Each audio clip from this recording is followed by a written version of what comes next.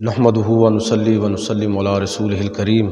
اما بعد فاعوذ باللہ من الشیطان الرجیم بسم اللہ الرحمن الرحیم قل ان الفضل بید اللہ یؤتیہ من یشاء واللہ واسع علیم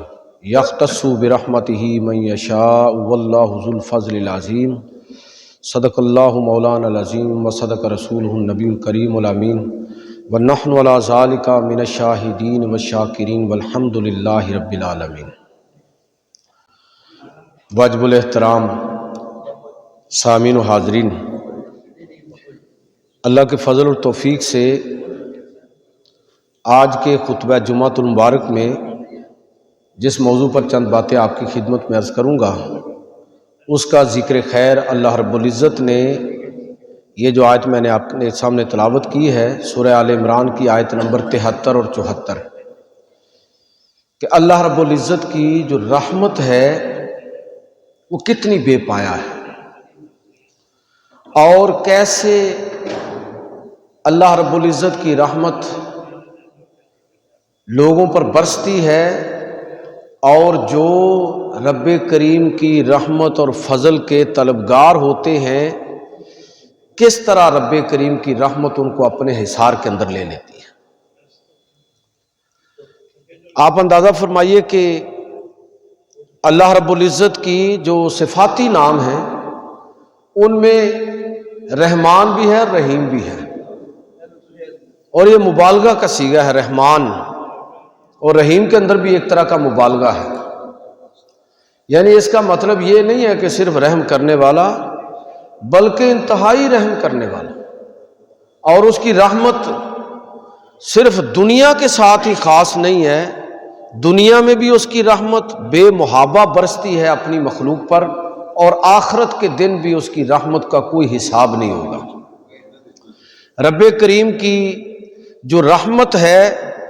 اس کی وسعتوں کا آپ اندازہ اس سے لگا سکتے ہیں کہ نبی مہربان صلی اللہ علیہ وسلم نے ارشاد فرمایا ہے، حدیث ہے اس کا مفہوم ہے، نبی صلی اللہ علیہ وسلم نے ارشاد فرمایا کہ اللہ رب العزت کی رحمت اتنی وسعت ہے اس رحمت اور فضل کے اندر کہ پوری مخلوق کے اندر اگر ماں اپنے بچے سے مہربانی کا سلوک کرتی ہے، باپ اپنی اولاد پر مہربان نظر آتا ہے، چرند پرند اور حیوانات وہ اپنے بچوں پر مہربان ہیں، تو یہ ساری مخلوق کی جو محبت ہے رحمت اور مہربانی ہے اس کو اگر اکٹھا کر لیا جائے تو یہ اللہ رب العزت کی رحمت کا محض 100واں حصہ ہے، یہ محض 100واں حصہ ہے۔ اور نبی کریم صلی اللہ علیہ وسلم نے ارشاد فرمایا وَأَخَّرَ اللَّهُ 99 رَحْمَةً يَرْحَمُ بِهَا عِبَادَهُ يَوْمَ الْقِيَامَةِ، اللہ تعالیٰ کی رحمت کے باقی 99 حصے ان کا ظہور قیامت کے دن اللہ رب العزت کی طرف سے اپنے بندوں پر رحمت کی صورت میں ہوگا۔ آپ اندازہ فرمائیں کہ اس قدر رب تعالیٰ اپنی مخلوق پر رحیم ہے، مہربان ہے، رحمت کرنے والا ہے کہ اس کی رحمت کا صرف یہ معمولی سا یعنی 100واں حصہ کہ ساری مخلوق کے اندر تقسیم ہوا، اسی کی برکت سے تمام مخلوق اپنی اولادوں پر مہربان ہے۔ جب یہ محبت اور یہ مہربانی اس درجے زیادہ ہے تو اللہ رب العزت کی رحمت اور اس کا کرم اور فضل جو ہے وہ کتنی اس کی وسعتیں ہیں ہم اس کا اندازہ نہیں کر سکتے۔ اسی لیے سیدہ عائشہ رضی اللہ تعالیٰ عنہ اس حدیث کی راوی ہیں، صحیح بخاری کی حدیث نمبر 6463 فرماتی ہیں کہ اللہ کے پیغمبر صلی اللہ علیہ وسلم نے ارشاد فرمایا کہ لوگوں لَن يُنْجِيَ أَحَدًا مِّنْكُمْ عَمَلُهُ، تم میں سے کسی شخص کو اس کا عمل جو ہے یہ نجات نہیں دے گا۔ تم نمازیں پڑھتے ہو، روزے رکھتے ہو، زکوٰۃ حج خیرات کرتے ہو، جتنی نیکیاں بھی کرتے ہو، تم میں سے کسی شخص کو اس کا عمل نجات نہیں دے گا، اللہ کا فضل اور اللہ کی رحمت سے اس کو نجات نصیب ہوگی۔ عرض کی گئی کہ اے اللہ کے رسول، کیا آپ کا عمل بھی آپ کو نجات نہیں دے گا؟ تو نبی کریم صلی اللہ علیہ وسلم نے فرمایا ولا انا، میرا عمل بھی نہیں، الا ان یتغمدنی اللہ برحمت، سوائے اس کے کہ اللہ رب العزت کی رحمت مجھے اپنے حصار کے اندر لے لے، میں بھی اللہ کے فضل اور رحمت سے ہی جنت کے اندر جاؤں گا۔ تو اس کا مطلب یہ ہوا کہ ہمارے نیک اعمال اس قابل نہیں ہے کہ ہماری بخشش کا ذریعہ اور سبب بن سکے، تو پھر یہ نیک اعمال، یہ نمازیں ہم کس لیے پڑھتے ہیں، روزے کس لیے رکھتے ہیں، خیرات کس لیے کرتے ہیں؟ تو میرے بھائیوں، یہ سارے اعمال صرف اس لیے ہیں تاکہ اللہ رب العزت ان اعمال کی برکت سے اللہ کی رحمت اور فضل کو اپنی طرف متوجہ کر سکے۔ یہ ہے اصل مقصد ان عبادات کا۔ اور اتنی وسعتوں کے باوجود کہ رب تعالیٰ کی رحمت اور اس کا فضل بے محابہ اور اس کا کوئی اندازہ نہیں ہے، اس کی وسعتوں کو ناپنا اور ماپنا ممکن نہیں ہے، تو پھر سوال پیدا ہوتا ہے کہ پھر اتنے لوگ جہنم میں کیسے چلے جائیں گے؟ اور جہنم جو ہے وہ کس طرح اللہ کے نافرمانوں سے بھر جائے گی، اللہ کی مخلوق سے بھری ہوگی، انسانوں سے بھری ہوئی ہوگی، تو کیسے لوگ جہنم میں کیسے چلے جائیں گے؟ قرآن و سنت کا جو مجموعی مطالعہ ہے اس سے ہمیں اس سوال کا جواب ملتا ہے کہ اللہ تعالیٰ نے تو طے کیا ہوا ہے کہ جو بھی معافی مانگے گا میں اس کو معاف کر دوں گا، پھر گناہ کرے گا معافی مانگے گا پھر معاف کر دوں گا، پھر گناہ کرے گا معافی طلب کرے گا دوبارہ معاف کر دوں گا، جتنی بار بھی وہ مجھ سے معافی کا طلبگار ہوگا میں اس کو ضرور معاف کر دوں گا۔ اللہ پاک نے تو یہ بات طے کی ہوئی ہے، لیکن مسئلہ یہ ہے کہ اب ہم بھی تو اللہ کی طرف متوجہ ہوں،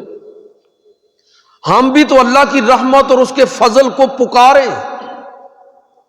تو وہ لوگ محروم ہوں گے جو اللہ تعالیٰ کی رحمت کو اپنی طرف متوجہ کرنے میں ناکام ہو جائیں گے، اور جو اللہ کی رحمت کو، اللہ کی رحمت کے سیلاب کو اپنی طرف موڑنے میں کامیاب ہو جائیں گے، وہ لوگ ہیں کہ دنیا میں بھی ان پر اللہ کی رحمت ہے اور آخرت کے دن پر بھی ان پر اللہ کی رحمت ہوگی۔ یہ کون لوگ ہیں؟ بس یہی آج کا موضوع ہے۔ میں آپ کی خدمت میں عرض کروں گا کہ ہم اللہ کی رحمت کو اپنی طرف کیسے متوجہ کریں۔ قرآن و سنت کا جو مجموعی مطالعہ ہمارے سامنے آتا ہے تو اس میں ایک چیز یہ بھی ہے کہ اللہ تعالیٰ جب اپنے بندوں کو دیکھتا ہے کہ وہ میری مخلوق کے لیے آسانی اور سہولت پیدا کر رہے ہیں،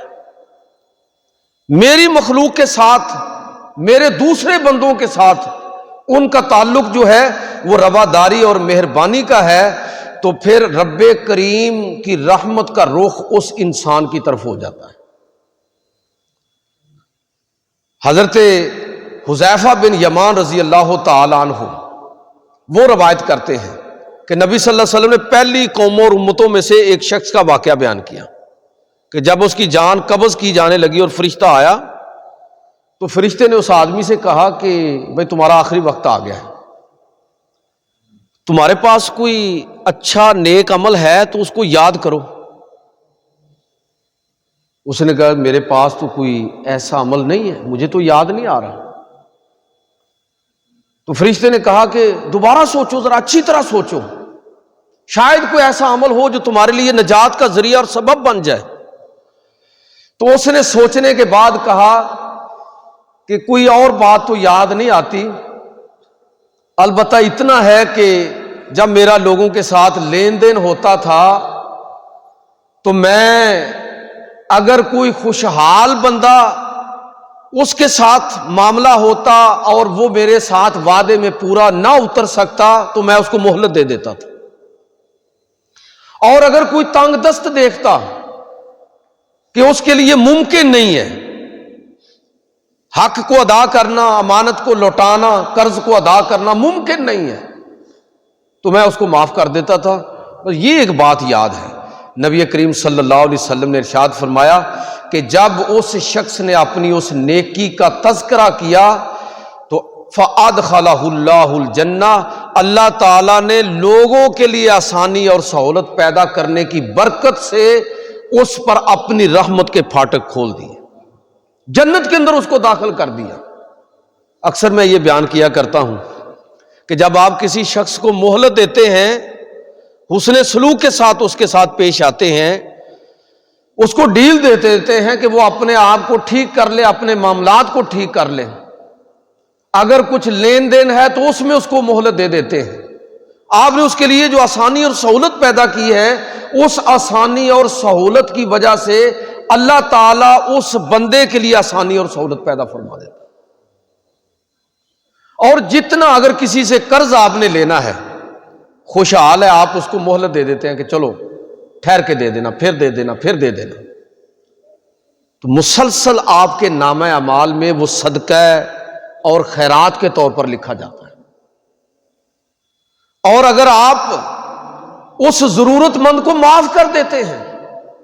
تو پھر سوچئے، جب انسان کسی دوسرے کو معاف کرتا ہے تو وہ اپنی اوقات کے مطابق معاف کرے گا، اور اللہ تعالیٰ اپنی شان کے مطابق بندوں کو معاف فرمائے گا۔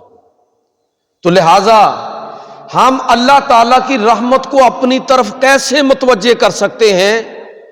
یہ بات سمجھ آتی ہے کہ اگر ہم اللہ کی مخلوق کے لیے آسانی اور سہولت پیدا کریں، مہربانی کا رویہ اختیار کریں، رواداری کا مظاہرہ کریں، تو اللہ تعالیٰ خوش ہوگا۔ یہ ابھی کرسمس کے دن گزرے ہیں تو میں یہی بات عرض کر رہا تھا کہ اگر آپ دوسرے مذہب کے لیے اپنے اندر صرف رواداری کا جذبہ پیدا کر لیتے ہیں، عقیدے کے اختلاف کو بنیاد بنا کے نفرت نہیں کرتے، تو گویا کہ ہم اللہ تعالیٰ کی رحمت کو اپنی طرف متوجہ کر لیتے ہیں۔ وہ رب ہر لمحہ ہم پر مہربان ہے، وہ رحمان ہے، وہ رحیم ہے، شرط صرف یہ ہے کہ ہم ان اسباب کو تلاش کریں جس کی وجہ سے رب کی رحمت کے پھاٹک کھل جاتے ہیں اور رب تعالیٰ انسانوں پر مہربان ہو جاتا ہے۔ قرآن و سنت کو پڑھتے ہوئے ایک اور چیز جس سے ہم اپنے رب کی رحمت کے مستحق بن جاتے ہیں، اللہ تعالیٰ کی رحمت اور مہربانی اور اس کا فضل اور کرم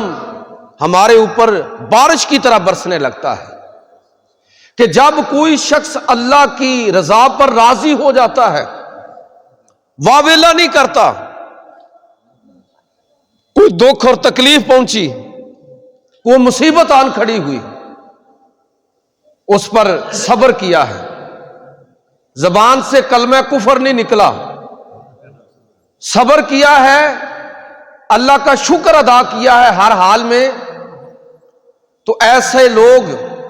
جو معاملات زندگی کو دیکھیں، زندگی ساری کی ساری آزمائش ہے، انسان کی زندگی ہے ہی آزمائش،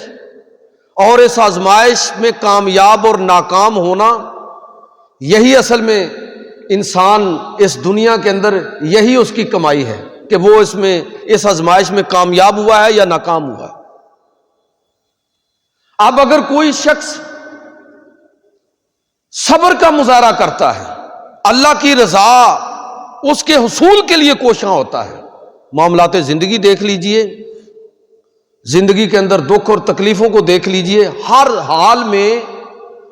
وہ اللہ کی رضا پر راضی ہے، صبر اور شکر کرنے والا ہے، تو یہ وہ شخص ہے جو اپنے رب کی رحمت کو اپنی طرف متوجہ کرتا ہے۔ اللہ تعالیٰ قرآن مجید فرقان حمید کے اندر ارشاد فرماتا ہے وَبَشِّرِ الصَّابِرِينَ، اے پیغمبر صلی اللہ علیہ وسلم صبر کرنے والوں کو خوشخبری سنا دیجئے، اور فرمایا کہ الذین اذا اصابتہم مصیبہ قالوا انا للہ وانا الیہ راجعون، کہ یہ اللہ کے بندے وہ ہیں کہ جب ان کو کوئی تکلیف پہنچتی ہے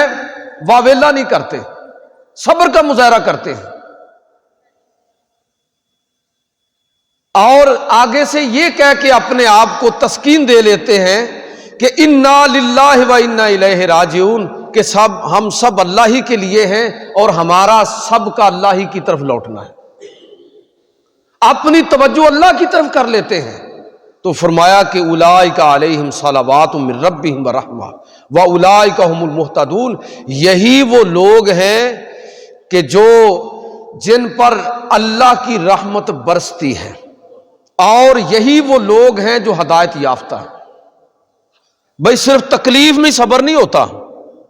بس اوقات صبر کے اور بھی بہت سارے مواقع پیدا ہوتے ہیں۔ آپ کاروبار کر رہے ہیں اور آپ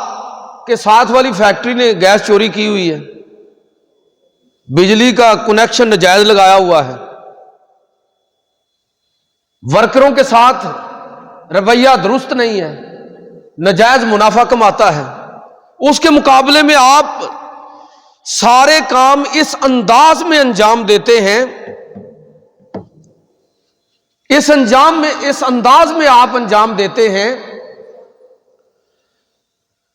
کہ آپ منافع میں کمی برداشت کر لیتے ہیں، مارکیٹ کے اندر جو اجارہ داری قائم ہے اس کا مقابلہ کرتے ہیں، جبکہ آپ کے لیے ممکن نظر نہیں آ رہا، اس لیے کہ آپ کے خرچے بڑھ گئے ہیں اور منافع کم ہے، پھر بھی آپ کھڑے ہیں اپنے اس اصول پر۔ آپ دین کے کسی حکم پر عمل کرنا چاہتے ہیں، پھر بھی آپ تکلیف کے اندر ہیں کہ اس حکم پر عمل کرنا اس ماحول کے اندر آسان نہیں ہے۔ اس سب کچھ کے باوجود پھر بھی آپ حق کے رستے کو نہیں چھوڑتے، صبر سے کام لیتے ہیں، برداشت کرتے ہیں، نقصان اٹھا لیتے ہیں۔ تو یہ وہ لوگ ہیں کہ جو اللہ کے رستے کو نہ چھوڑنے کی وجہ سے اور دکھ اور تکلیف نقصان برداشت کرنے کے باوجود صبر سے کام لیتے ہیں، تو اللہ تعالیٰ فرماتا ہے اولئک علیہم صلوات من ربہم ورحمہ، یہ وہ لوگ ہیں جن پر اللہ کی طرف سے صلوات اور رحمت اور مہربانی اور فضل کا معاملہ ہے، اور یہ وہ لوگ ہیں کہ جو ہدایت یافتہ ہیں۔ اور بے صبری کی انتہا یہ ہے کہ بندہ حالات سے مایوس ہو کے اپنی جان کے در پہ ہو جائے، خودکشی پر اتر آئے۔ اس لیے حضور سید عالم صلی اللہ علیہ وسلم نے فرمایا تھا کہ لا یتمنین احدکم الموت ضر اصابہ، کہ تم میں سے کوئی شخص تکلیف کی وجہ سے کہ وہ سروائیو نہیں کر پا رہا موت کی تمنا نہ کرے۔ زندگی ہے یہ آزمائش، صبر سے کام لے، صبر کا دامن ہاتھ سے نہ چھوڑے، اللہ یا تو اس کو اس آزمائش سے نکال دے گا، اور اگر وہ اس میں سرخرو نہ ہو پایا بظاہر، تو یہ بات ذہن میں رکھے، جس طرح کے حدیثوں میں اکثر میں بیان بھی کیا کرتا ہوں کہ مومن کو اگر بیماری پہنچے، تکلیف پہنچے، دکھ اس کو پہنچے، تو اللہ رب العزت اس کی بیماری، دکھ اور تکلیف کو اس کے لیے گناہوں کا کفارہ بنا دیتا ہے۔ رب تعالیٰ اس کے لیے رستے کھول دیتا ہے، اس کے لیے اس کے صبر کے نتیجے میں اللہ رب العزت اس کو رسوا نہیں کرے گا۔ تو کہنے کا مطلب یہ ہے کہ اگر کوئی شخص اس وصف کو اپنے لیے اپناتا ہے تو یاد رکھیے گا کہ اگر وہ صبر سے کام لے گا تو اللہ کی رحمت کو اپنی طرف متوجہ کر لے گا۔ وبشر الصابرین، اے پیغمبر صلی اللہ علیہ وسلم آپ صبر کرنے والوں کو خوشخبری دیجیے۔ اسی طرح ایک اور چیز کہ ہم اللہ رب العزت کی رحمت کو اپنی طرف متوجہ اس وقت بھی کر سکتے ہیں جب ہمارا سماجی رویہ مثبت ہو جائے، ہر چیز کو پازیٹیولی لینا شروع ہو جائے۔ کس انداز میں؟ اللہ رب العزت قرآن مجید فرقان حمید کے اندر ارشاد فرماتا ہے کہ لوگوں انما المؤمنون اخوہ، مسلمان آپس میں بھائی بھائی ہیں، فاصلحوا بین اخویکم واتقوا اللہ لعلکم ترحمون، اگر بھائیوں میں کوئی لڑائی جھگڑا ہو جائے تو صلح کروا دیا کرو، اللہ سے ڈرو، لعلکم ترحمون تاکہ تم پر رحم کیا جائے۔ جب کوئی شخص دو لڑنے والے بھائیوں کے درمیان صلح کروا دیتا ہے، بچھڑنے والوں کو ملا دیتا ہے، بس اوقات خاندان میں ایسے لوگ ہوتے ہیں 150 200 کا خاندان ہے، ایک بندہ اللہ نے اس کو ایسی توفیق دی ہے کہ سارے خاندان کو جوڑ کے رکھتا ہے، لوگ لڑتے ہیں جھگڑتے ہیں وہ ان کو ملا دیتا ہے، آپس میں الگ نہیں ہونے دیتا۔ یہ وہ شخص ہے کہ جو اصل میں صرف خود ہی نہیں بلکہ اپنے سارے خاندان کو جوڑنے کے نتیجے میں اللہ رب العزت کی رحمت اور اس کے فضل کا مستحق بنا دیتا ہے۔ لوگوں کو جوڑنا، سلو کروانا، بچھڑے ہوں کو ملا دینا، یہ اتنی بڑی بات ہے کہ اللہ تعالیٰ فرماتا ہے کہ اگر تم ایسا کرو گے تو پھر کیا ہوگا؟ لعلکم ترحمون، تم پر اللہ کی رحمت ہوگی، تم اللہ کی رحمت کے مستحق بن جاؤ گے۔ میں آپ کو ایک حدیث سنانا چاہتا ہوں جس سے آپ اندازہ کریں گے کہ یہ کتنی بڑی نیکی ہے۔ بچھڑے ہوئوں کو ملانا، لڑنے والوں کو اکٹھا کر دینا، لوگوں کے درمیان صلح کروا دینا۔ یہ حدیث کے راوی حضرت انس رضی اللہ تعالیٰ عنہ ہے۔ کہتے ہیں اسی طرح مجمع جمع ہوا تھا تو اللہ کے پیغمبر صلی اللہ علیہ وسلم آپ نے تبسم فرمایا، بظاہر کوئی وجہ نہیں تھی، آپ مسکرائے، حضرت عمر موجود تھے، عرض کی اللہ کے رسول آپ نے جو تبسم فرمایا ہے اس کی کوئی وجہ ہمیں سمجھ نہیں آئی، تو آپ نے کس وجہ سے تبسم فرمایا؟ اگر ہمارے لیے اس کو بیان کر دیا جائے تو آپ نے فرمایا کہ مجھے میرے رب نے قیامت کے دن کا ایک منظر دکھایا ہے جس کی وجہ سے میرے ہونٹوں پر تم نے تبسم دیکھا۔ وہ منظر یہ تھا کہ قیامت کا دن ہے اور دو مسلمان اپنا جھگڑا اللہ کی بارگاہ میں لے کے آ گئے۔ ایک دعویٰ کر رہا ہے یا الہی اس نے میرے ساتھ بڑی زیادتی کی ہے، میرا حق غصب کیا ہے، میرا حق واپس دلوایا جائے۔ تو اللہ رب العزت فرمائے گا کہ اے میرے بندے، جس سے تو کہہ رہا ہے، جس کے بارے میں کہہ رہا ہے، اس کی تو پہلے ہی ساری نیکیاں دوسرے لوگ لے جا چکے ہیں، اس سے اور بھی بہت ساری غلطیاں ہوئی تھیں، اس نے اور بھی بہت سارے لوگوں کے حق کو پامال کیا تھا، تو اس کی نیکیاں تو پہلے تقسیم ہو گئی ہیں، اب اس کے پاس تو دینے کے لیے کچھ بھی نہیں ہے۔ تو وہ عرض کرے گا کہ یا الہی اگر یہ اس کے پاس کچھ نہیں ہے تو پھر میرے گناہ جو ہے وہ اس کے پلڑے میں ڈال دیے جائیں۔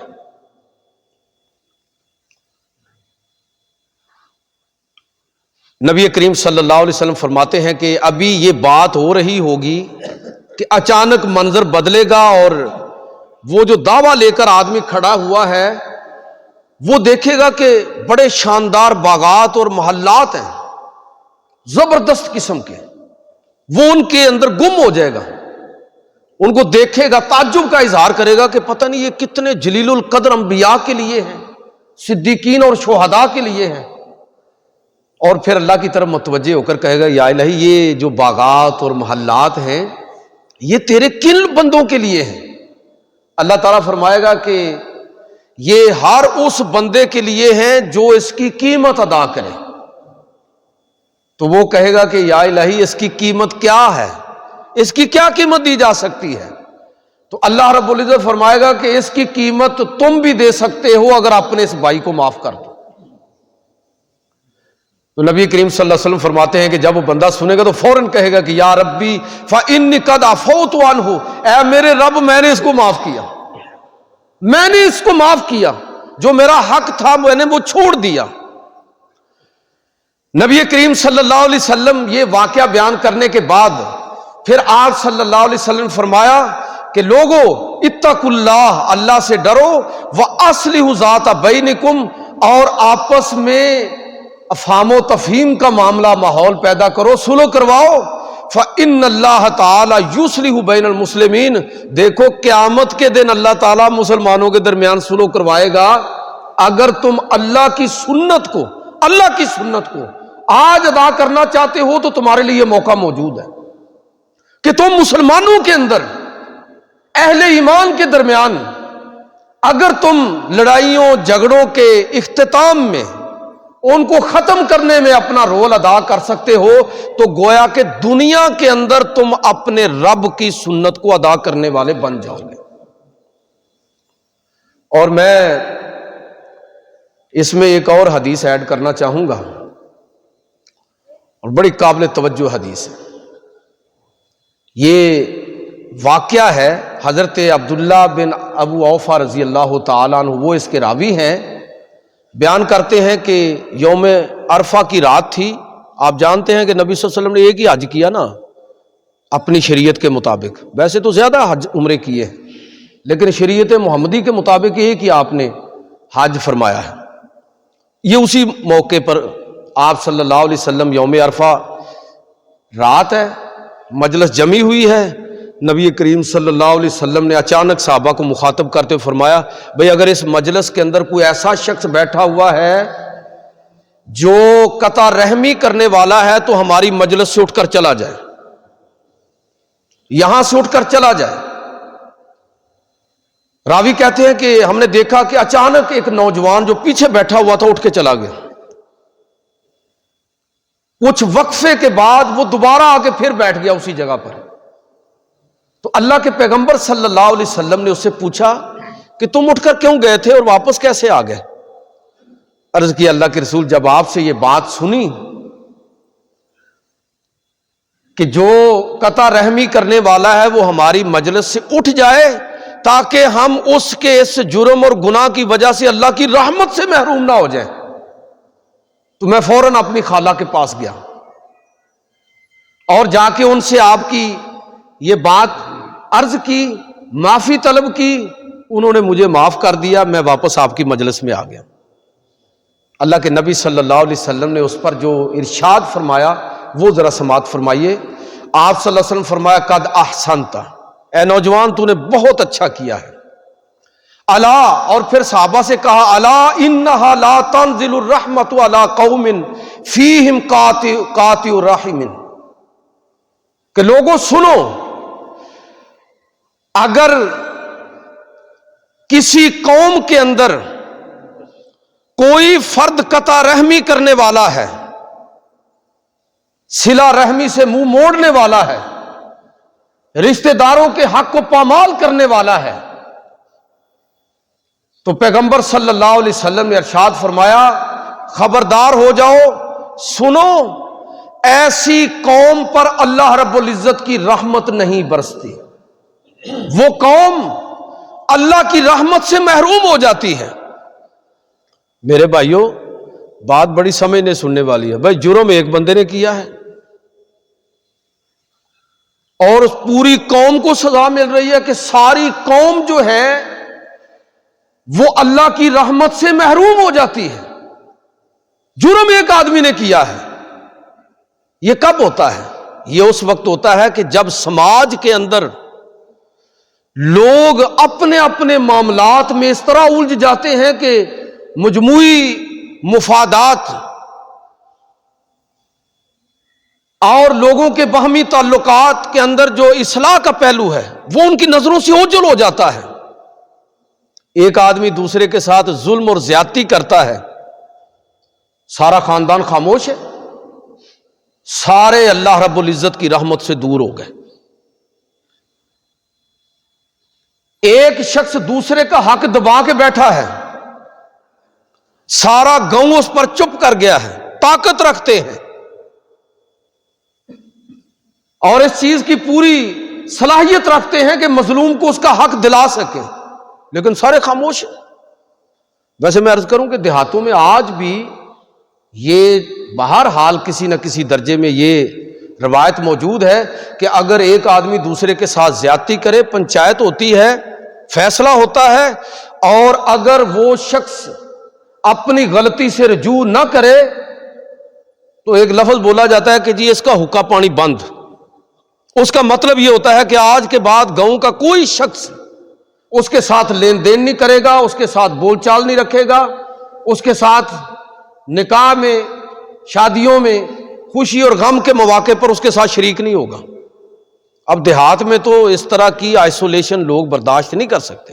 اس لیے وہاں پر بہرحال یہ روایت کسی نہ کسی درجے میں موجود ہے کہ لوگ مل کے رہتے ہیں، اور ایک شخص اگر کوئی گڑبڑ کرے تو پورا گاؤں اس کے خلاف کھڑا ہو جاتا ہے۔ اور اگر سارے مظلوم کے ساتھ کھڑے ہونے کی بجائے چودھری صاحب کے ساتھ کھڑے ہو جائیں، ظالم کے ساتھ کھڑے ہو جائیں، تو پھر اس حدیث کا وہی مطلب ہوگا کہ اگر سارے لوگ اس مظلوم کے ساتھ کھڑے ہونے کی بجائے خاندان مظلوم کے ساتھ، بہنوں کا حق مار لیا ہے بھائی نے، باپ نے، نہ زمین میں نہ جائیداد میں کسی جگہ پر حصہ نہیں دے رہا۔ اب سارا خاندان باپ کو اور بھائی کو سمجھانے کی بجائے اس کو سمجھا رہا ہے، بچی کو، کہ بیٹا چھوڑو، لعنت بھیجو، اللہ تعالیٰ اور دے دے گا، چھوڑ دو۔ اور بھائی اس کے ساتھ کھڑے ہوں جو مظلوم ہے، جس کا حق دبایا جا رہا ہے، اس بیوہ کے ساتھ کھڑے ہوں جس کے پلاٹ پر قبضہ کر لیا ہے اثر اور سوکھ رکھنے والے آدمی نے، اس مظلوم کے ساتھ کھڑے ہو جائیں کہ جس کا حق پامال کیا گیا ہے۔ اگر ایسا نہیں ہوگا تو پھر اس حدیث کے مطابق نبی کریم صلی اللہ علیہ وسلم نے ارشاد فرمایا، الا لوگو سنو، انہا لا تنزل الرحمت علی قوم فیہم قاطع رحم، کہ جس قوم کے اندر قطع رحمی کرنے والا شخص ہوگا وہ ساری قوم اس ظالم کی تائید کی وجہ سے اللہ کی رحمت سے محروم ہو جاتی ہے۔ بچنا چاہیے کہ نہیں بچنا چاہیے؟ صرف یہ کافی نہیں ہے کہ میں حق پر ہوں، یہ کافی نہیں ہے کہ میں کسی کے ساتھ زیادتی اور ظلم نہیں کرتا،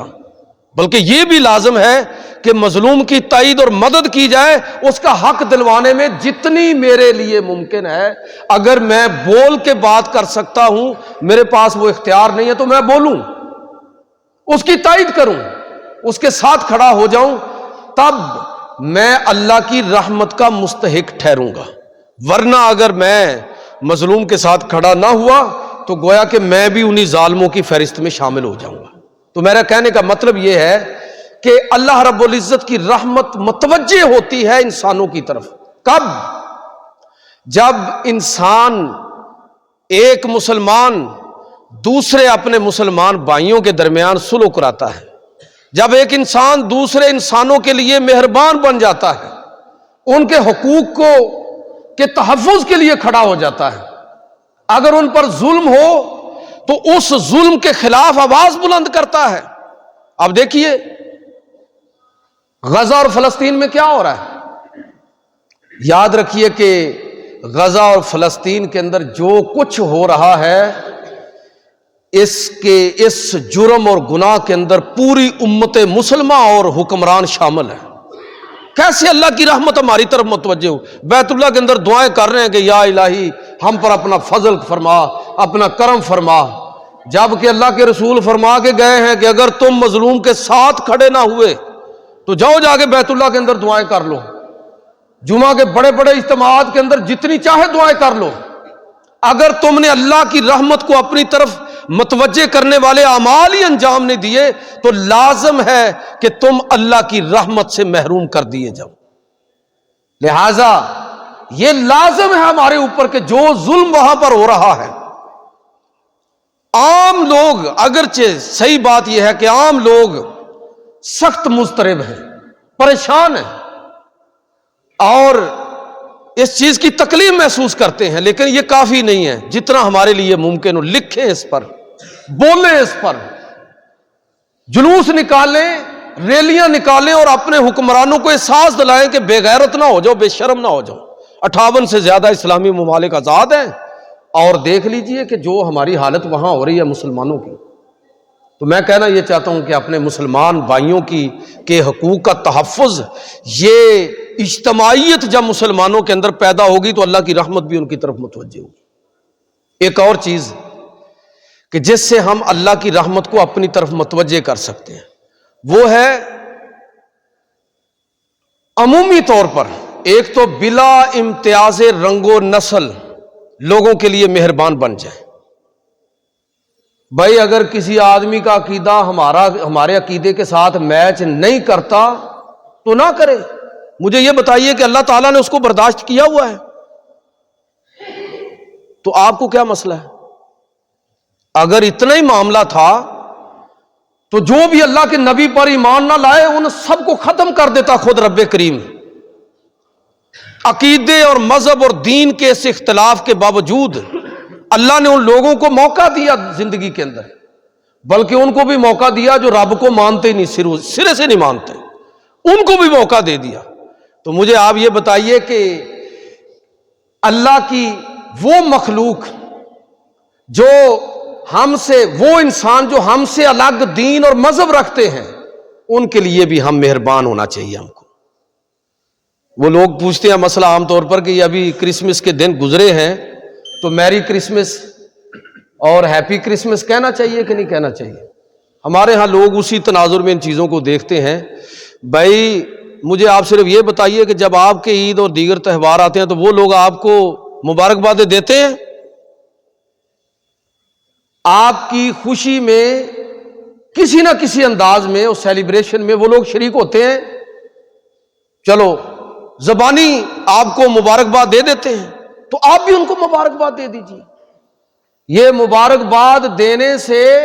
کئی لوگ کہتے ہیں جی جب آپ کسی کو کہیں گے نا کہ میری کرسمس، تو اس کا مطلب یہ ہوگا کہ آپ اس بات کی تصدیق کر رہے ہیں کہ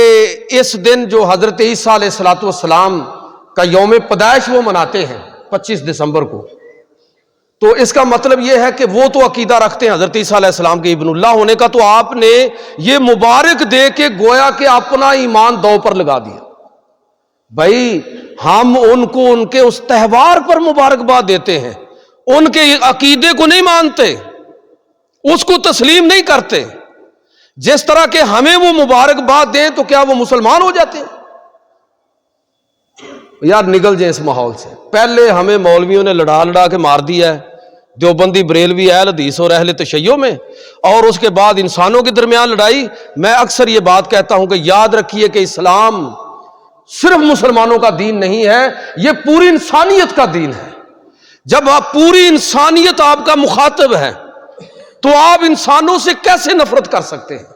اور اس دین کا ترہ امتیاز تو یہ ہے کہ اگر تم اللہ کی رحمت کو اپنی طرف متوجہ کرنا چاہتے ہو، نبی کریم صلی اللہ علیہ وسلم نے پہلی امتوں میں سے